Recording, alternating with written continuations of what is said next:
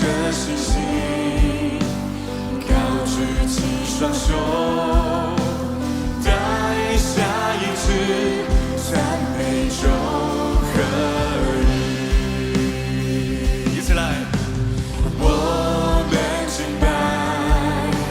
声音不停息，这个声音要亲身国度降临，凭着信心，高举起双手，带下一次赞美中和意。这是我们的敬拜，一种归荣耀给你，顺境逆境中敬拜声不停，见证你大能神迹。这是我们的敬拜，毫无保留献给你，荣耀敬拜中欢迎你降临，高举主耶稣的名。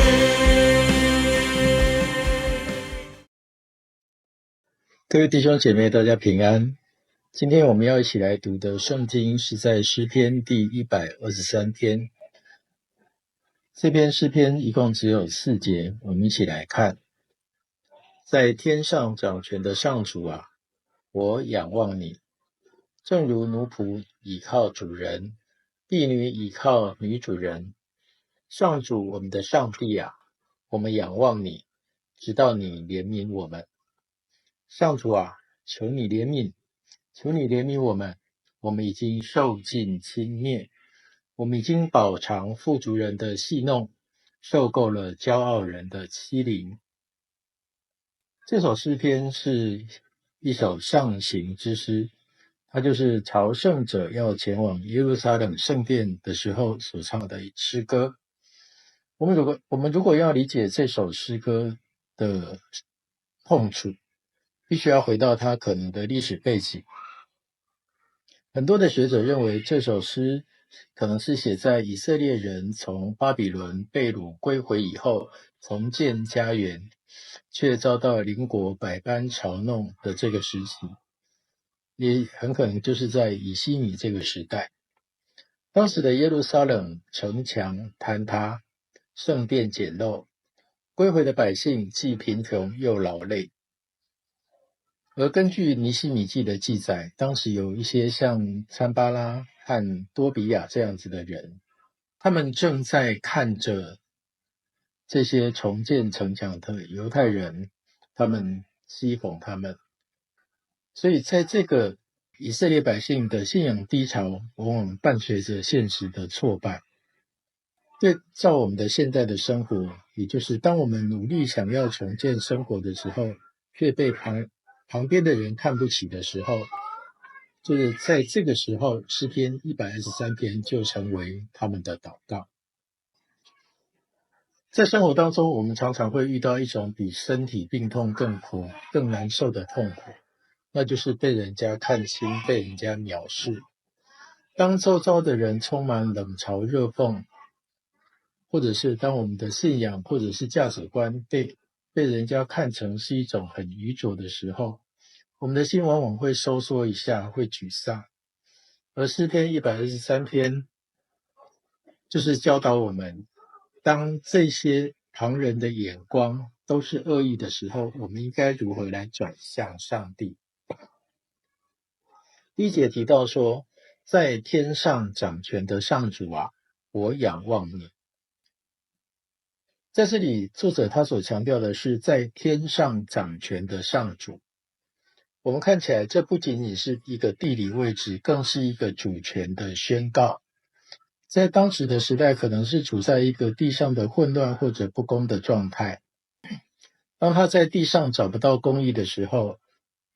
他提醒自己，上帝依然坐在宝座上掌权。这是一种垂直的视角的建立。当我们的眼光如果是水平的时候，我们看见的只是地上的环境，地上的混乱，地上的不公，看见地上的这些废墟，还有别人的嘲笑。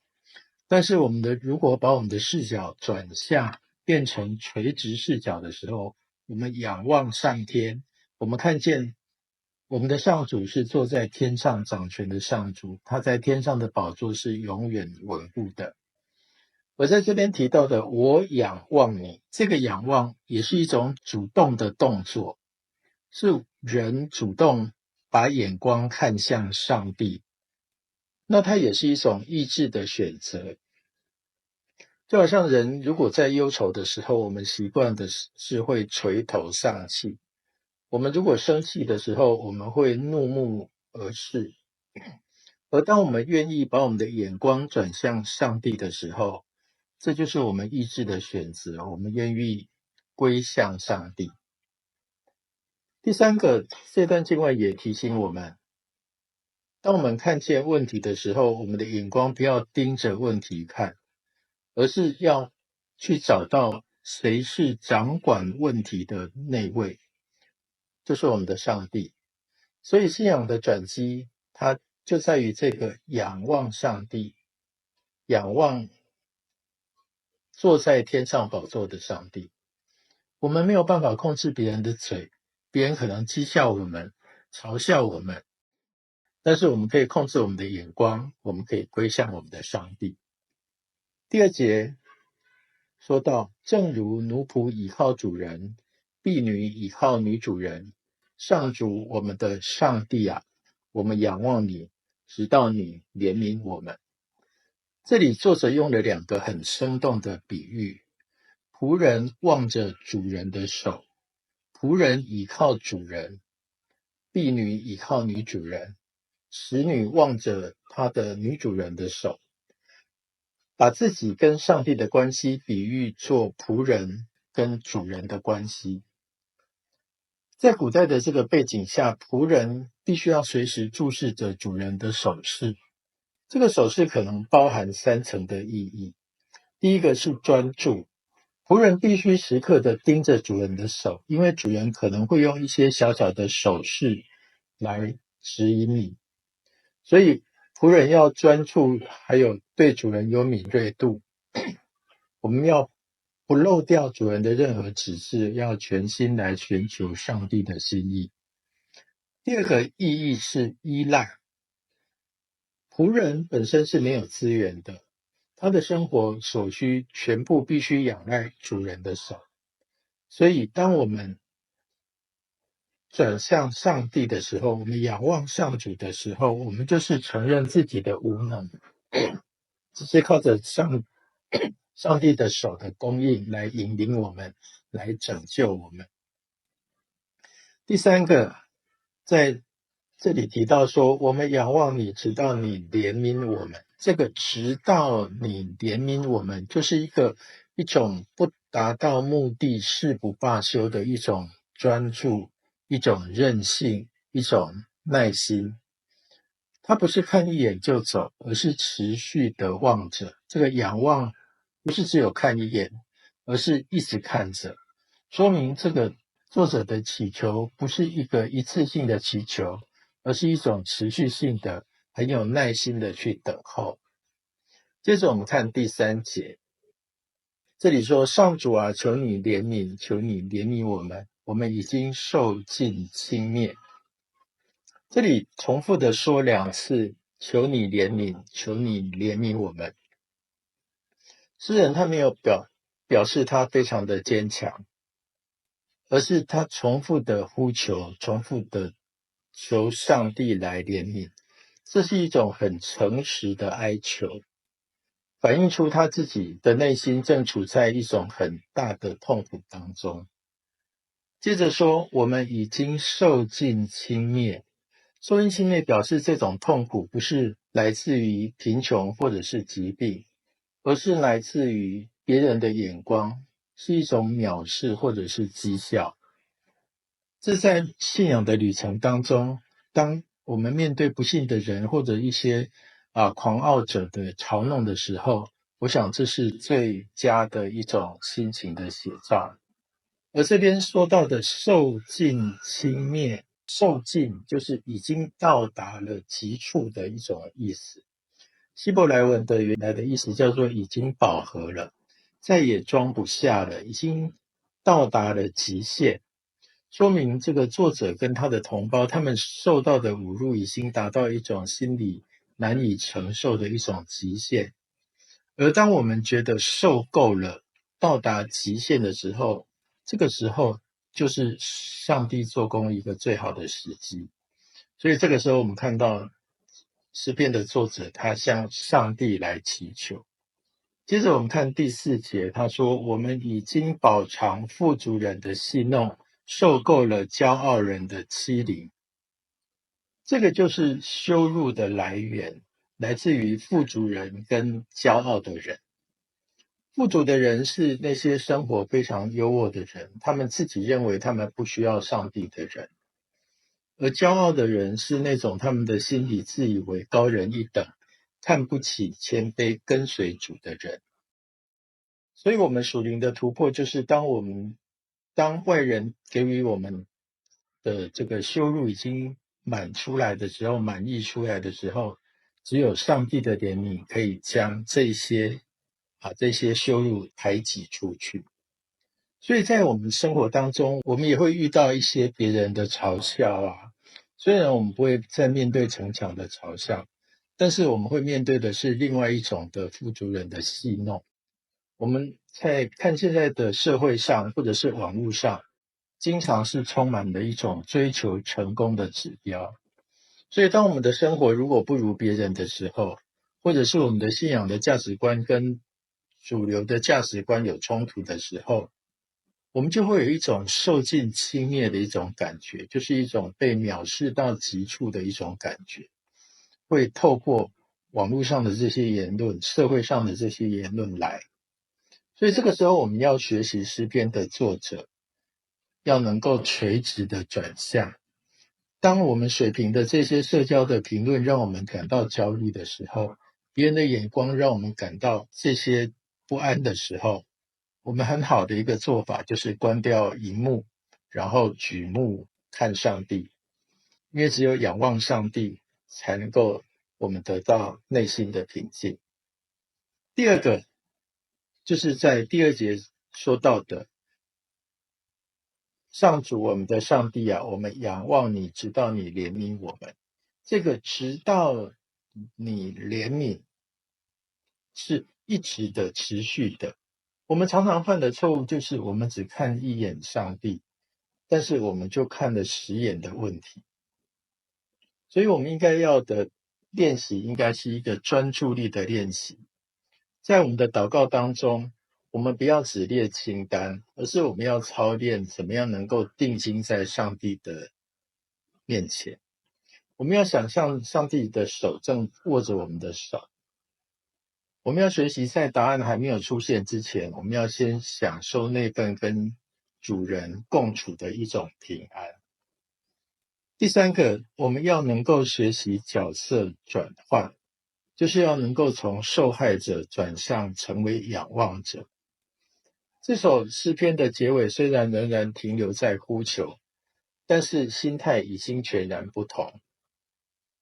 我们必须要承认自己的软弱并不羞耻，因为诗篇的作者承认自己受够了。当他把这一份的愤怒转化成对上帝的渴求，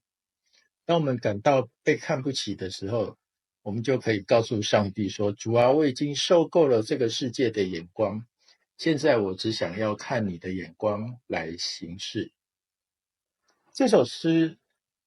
教导我们，当我们面对生活当中的霸凌、不公或者是轻看的时候，我们不应该跟人家对骂，也不应该自怨自艾，而是要将眼光从那些藐视我们的人身上离开，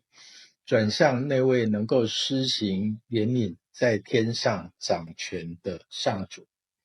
当我们水平的方向所看到的是别人的白眼跟轻蔑的时候，唯一能够获得平安的方式，就是把我们的眼光，把我们的视线转为垂直的方向，定睛在仰望那位坐在天上的主。我们可以用第2节来当作我们的金句。上主我们的上帝啊，我们仰望你，直到你怜悯我们。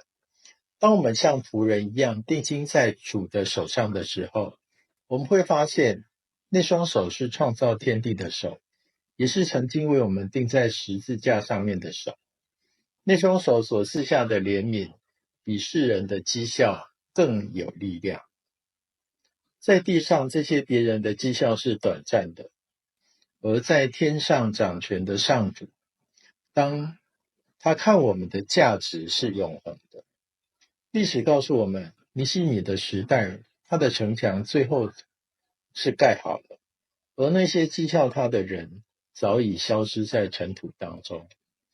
所以当我们感到卑微，感到被边缘化，甚至自我怀疑的时候，我们要记得，我们的主人没有离开他的手，没有离开我们的手，他正等着我们举目仰望他，看着他，注目在他的身上。我们一起来祷告。亲爱的上帝，我们要仰望你，我们要切切的寻求你，因为你是我们在患难当中随时的帮助，你是我的避难所。当我们陷入困苦的深渊的时候，我要向你举目，因为我深信，无论面临什么样的处境，你都不撇弃我们，必与我们同在，救我们脱离痛苦的深渊。奉主耶稣基督的名祷告，阿们。我们的敬拜是山落一的是锁链断开，我们的敬拜会转向你，是我们心和我们的敬拜，我们的敬拜胜过黑暗，求你不能阻挡，大声地唱出时代可以敬拜你声音。我们的敬拜是山落一的是锁链断开，我们的敬拜会转向你，是我们心合一，我们的敬拜胜过黑暗，求你不能阻挡，大声地唱出时代可以敬拜你声音，这是我们的敬拜，一种归荣耀给你，顺境逆境中敬拜声不停，见证你大能神迹，这是我们的敬拜，喊我保留献给你，荣耀敬拜中欢迎你降临，高举主耶稣的名，这是我们的敬拜，一种归荣耀给你，顺境逆境中敬拜声不停，见证你大能神迹，这是我们的敬拜，喊我保留献给你，荣耀敬拜中欢迎你降临，高举主耶稣的名，这是我们的敬拜，一种归荣耀给你，顺境逆境中敬拜声不停，见证你大能神迹，这是我们的敬拜，喊我保留献给你，荣耀敬拜中欢迎你降临，高举主耶稣